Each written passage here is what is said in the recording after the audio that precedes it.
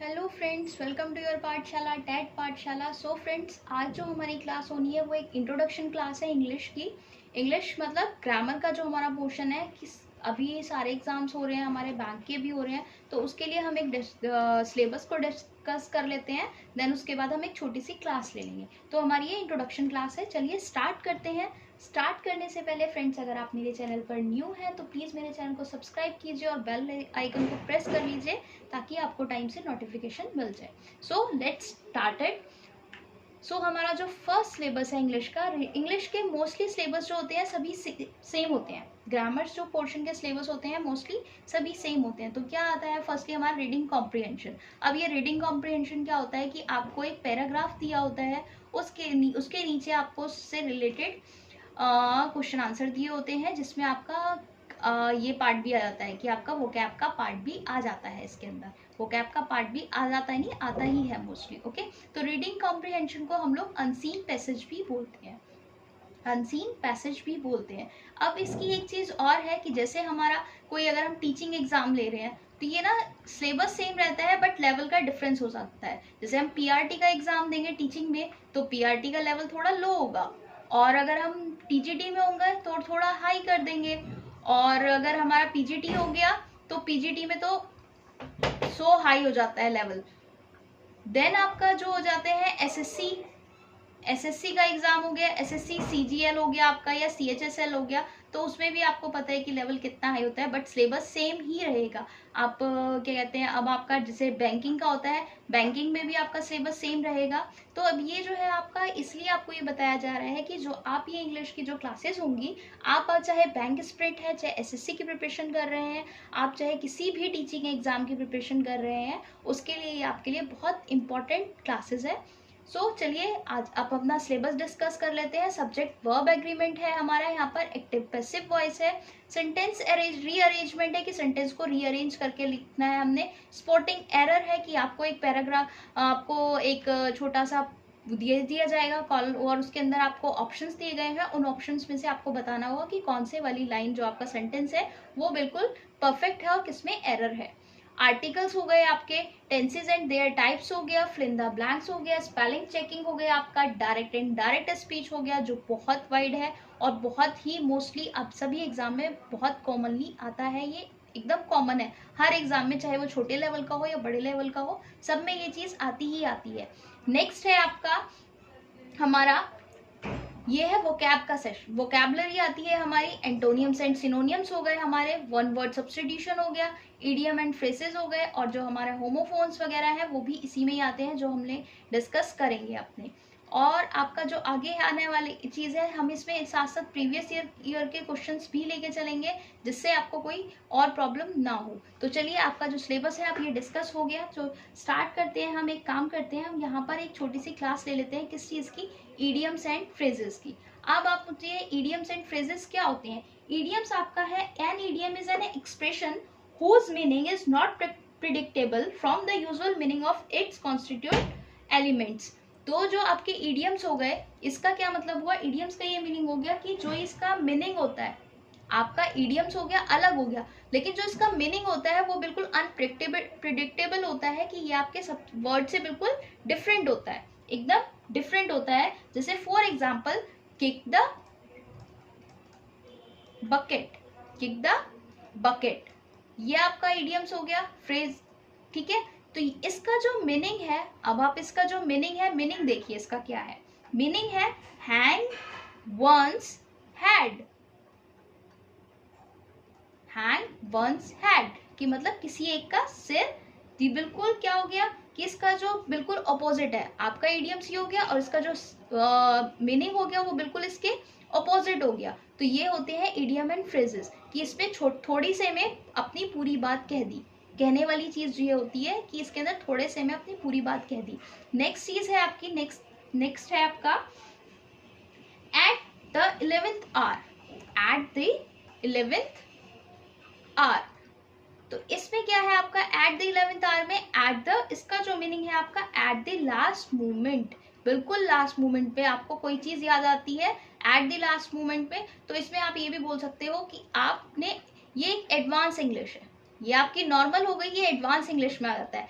Eight the 11th our, कि आपको तुम्हें कोई भी चीज है कि आपको कैसे याद आ रही है, एट द 11th आवर, बिल्कुल लास्ट मोमेंट पे। ओके, सो हम 2-3 क्वेश्चंस कर लेते हैं इससे, आपको इडियम समझ में आए क्या होते हैं इडियम्स। चलिए इससे रिलेटेड हम 2-3 क्वेश्चंस कर लेते हैं अब। So first question is to lose face, to lose face. अब आप इसका मीनिंग है आपका to wait, to be humiliated, humiliated, to be humiliated, to be humiliated, मतलब इसका मीनिंग है टू बी ह्यूमिलेटेड। ह्यूमिलेटेड मतलब कि किसी भी चीज से परेशान होना। तो क्या हुआ कि इसका हम क्या ले सकते हैं, एक एग्जांपल ले सकते हैं। टू बी ह्यूमिलेटेड मतलब टू लूज फेस, मतलब इसका एक एग्जांपल ले सकते हैं हम। एग्जांपल क्या ले सकते हैं, John is more, John is more afraid of losing face, afraid of, afraid मतलब डरना किसी चीज से, afraid of losing face than losing money, than losing money, कि उसका क्या हुआ कि उसका फेस बिल्कुल अफ्रेड हो गया, डर से बिल्कुल क्या हो गया, मुंह उसका बिल्कुल लटक गया। क्यों हो गया, क्योंकि उसका जो मनी जो थी उसकी वो लूज हो रही थी, उसके हाथ से निकल रही थी, इसलिए उसका क्या हो गया, मुंह जो है वो लटक गया। टू लूज फेस मतलब मुंह उसका लटक गया। क्यों, बी ह्यूमिलेटेड मतलब, टू बी ह्यूमिलेटेड मतलब कि अपने आप को कि बहुत ज्यादा छोटा साबित करना, कि मेरा जो है कि मेरी मनी खत्म हो रही है, तो इसलिए वो क्या हो गया, टू लूज फेस, उसका जो चेहरा है वो उतर गया। So next question is, next phrase is an in apple pie order, in apple pie order।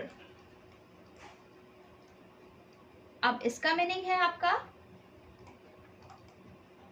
perfectly methodological arrangement, perfectly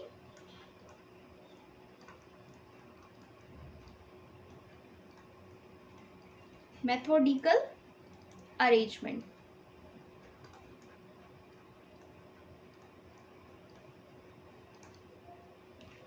in apple pie order मतलब क्या है कि किसी का भी कोई भी अरेंजमेंट है आप कर रहे हैं वो बिल्कुल परफेक्ट वे में है, एकदम बिल्कुल परफेक्ट है। एक एप्पल पाई मतलब एप्पल क्या होता है, बहुत अच्छी किसी चीज को बहुत अच्छा दिखाना होता है ना, तो उस चीज के लिए तो एक परफेक्ट क्या हो गया, इसका मीनिंग हो गया परफेक्टली मेथोडिकल अरेंजमेंट। इसका एग्जांपल ले सकते हैं, every article in the magazine, every article in the magazine should be in,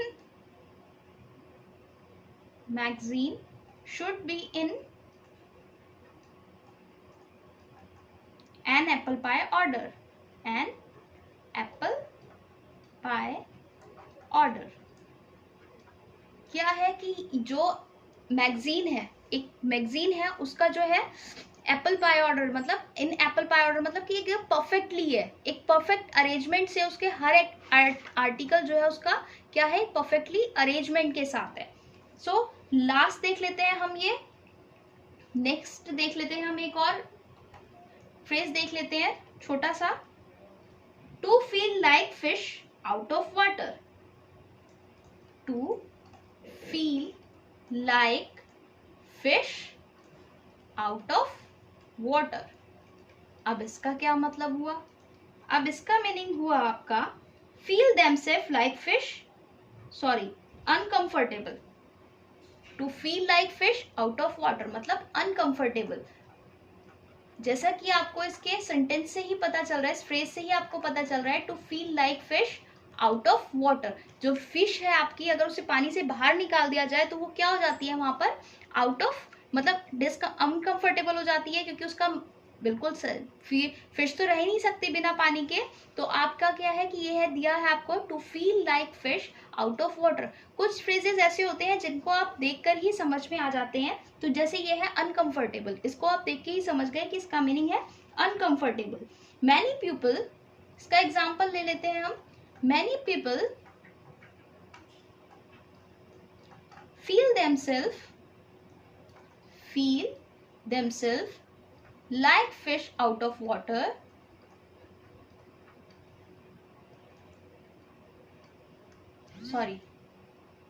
Like fish out of water when they are offered fish out of water when they are offered when.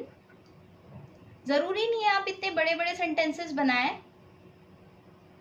छोटे भी बना सकते हैं आप अपने हिसाब से। अगर आप इन्हीं आपके लिए टास्क है कि आप इन्हीं से रिलेटेड, इन्हीं वर्ड से, इन्हीं फ्रेजेस से आप न्यूज वो बनाकर आप लोग कमेंट बॉक्स में डालें। Offered to address a public assembly, offered to address a public assembly, to address a public assembly, public assembly. ये क्या है कि बहुत सारे अपने आप को क्या फील अनकंफर्टेबल फील करते हैं कि जब वो क्या करते हैं कि पब्लिक असेंबली मतलब कि जब किसी भी पब्लिक को वे फेस करते हैं पब्लिक प्लेस पर या किसी जगह पर आपको बोलना होता है, तो आप कैसा अनकंफर्टेबल फील करते हैं। तो यही चीज़ आपको एक नॉर्मल सा एग्जाम्पल दिया गया है। तो अब आपके लिए एक टास्क है कि आपको कितना समझ में आया, कितना हुआ है कि आप इन्हीं फ्रेजेस की आप प्रैक्टिस करके इनसे एक न्यू सेंटेंस बना के आप कमेंट बॉक्स में लिखिए, जिससे मुझे पता चले। तो ये आपकी क्लास इंट्रोडक्शन क्लास थी। आई होप आपको पसंद आई होगी। तो प्लीज़ आप चैनल को सब्सक्राइब करिए और लाइक एंड शेयर करिए अपने फ्रेंड के साथ।